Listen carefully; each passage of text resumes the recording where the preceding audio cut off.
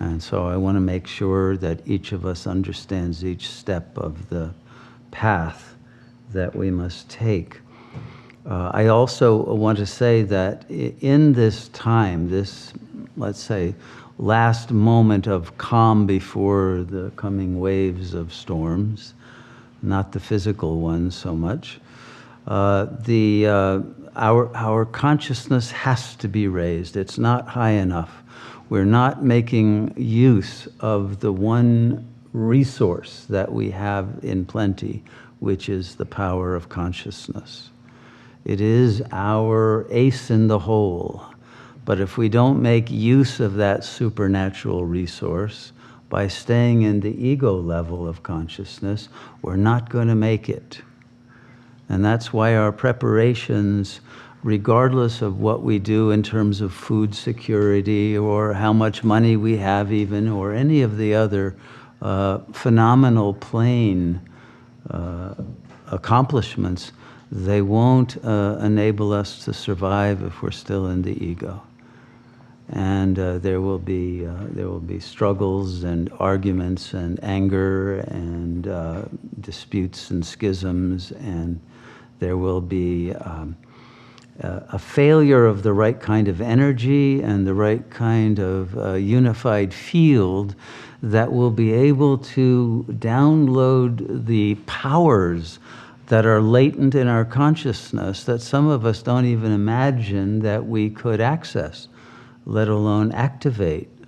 And we have to break through this cynical paradigm of the ego, because consciousness does have the power to alter the climate and to bring more sun and to bring more funds and to bring more yogis and to have abundance of every kind. But we're not using that power. And if we depend only on our phenomenal plane knowledge base, that will be insufficient to achieve the level of existence that will enable us to complete our real mission here, which isn't just to survive, it's to redream a new world and to bring the light to every being who is still stuck in the ego. But if we're still stuck in it, how can we be of any service? And then it's a question whether we would even be allowed to survive by that power that determines whether we have fulfilled the function that has brought us here, which isn't just to have a good time on a mountain and try to do as little work as possible and just get by. And some people have that attitude. So we need to understand what this is about and what is really at stake. And if we don't do that, then the ego mind, which, as we know, is filled with maras, with demonic energies, will simply take over, and people will be in a state of constant emotional volatility and meltdowns and hysteria and suicidal ideas and all kinds of desire to run away from their own misery that is self-created. If we don't destroy that misery at the root by killing the mara of the ignorance of who and what we really are, we will not be victorious. We won't be able to raise the flag of Jayadev, and we won't be able to meet God with our heads held high when it's time to leave these bodily forms. So I hope everyone is taking very seriously the imperative of transcending the ego mind and reaching the infinite mind that has the power that the ego lacks, and the coherence and the intelligence and the love and the unity and the power of bringing to bear the energy that produces miracles. But we have to be worthy of wielding that energy, and we have to have developed the sustainable God consciousness that enables that power to flow through us and emanate and create a grid of energy that encompasses not only the whole ashram, but ultimately the whole planetary noosphere. So I hope everyone has that understanding of that potentiality, and you're not simply staying in the ego mind and assuming that that's you. And if you're believing in what your ego mind is thinking and believing those are your thoughts, you're done for. If you cannot distinguish the self from the ego and separate, extract your consciousness from it, then you have lost before you've even started to struggle upstream to reach the Lord of consciousness.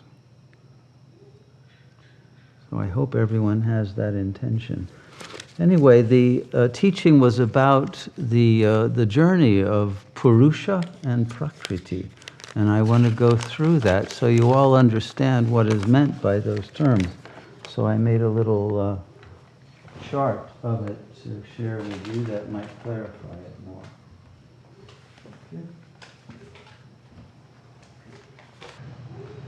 Okay, I gave it this title. I don't remember if I've given another module the same title.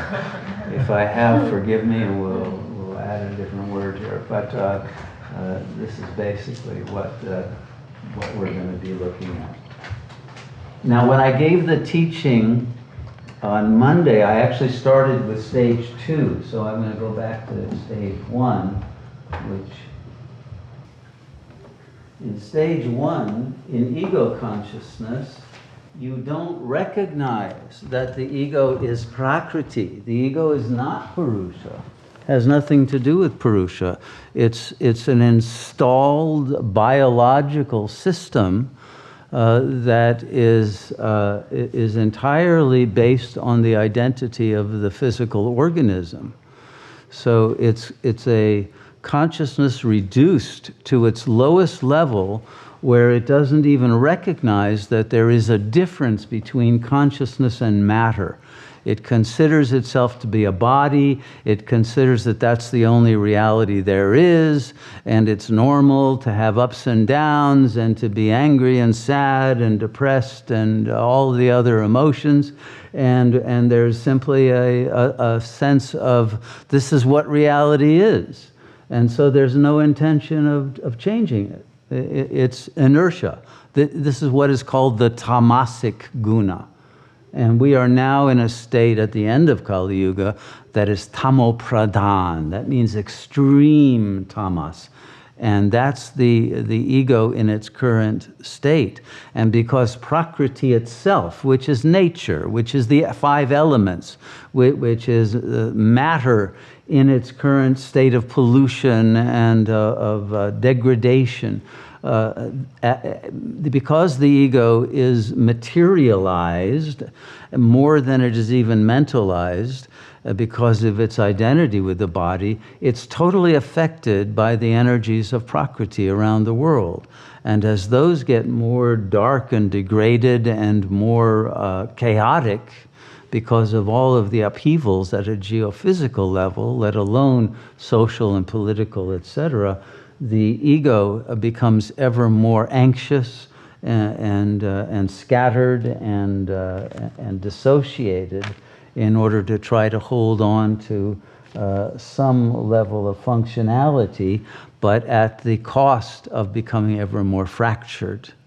And therefore eventually reaches a state where it cannot function. And there are too many thoughts and too many conflicts internally, and those conflicts get projected and then create negativity in the energy field of Prakriti in the surrounding environment. So,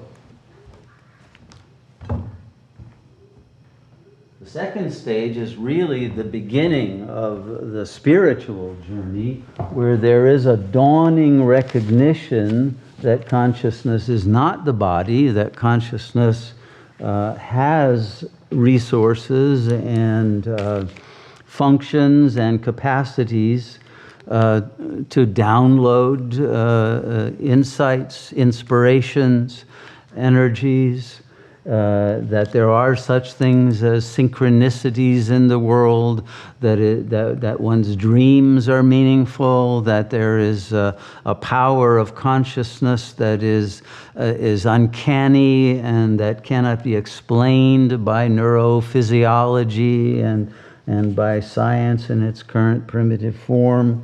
And Purusha begins to extract itself because the ego becomes unbearable. It's too miserable, too unhappy, too angry, too sad, too anxious. And so there's a beginning of an extraction of Purusha from Prakriti, but it doesn't complete itself because it's codependent on Prakriti. It still wants the jouissance of Prakriti. It wants the gratification that the material plane can offer. And because it wants that, it cannot totally separate. It can't let go of its desire for Prakriti, and therefore it cannot ascend to the next stage. And so until the mind is reoriented away from the ego, away from the body, until there is a full acceptance of the inadequacy of the ego mind to solve one's problems and to bring happiness and to bring peace, until there's a recognition that one must raise one's consciousness and not blame others for one's misery and not just simply try to deny it or take drugs to avoid it or do something else to feel some kind of enjoyment. One is going to stay at that stage where there are occasional glimmers of wanting to extract oneself from Prakriti, but it never happens because the dependence on that gratification for the balance of the consciousness is still too strong. And it falls back into actions that then bring it back into stage one.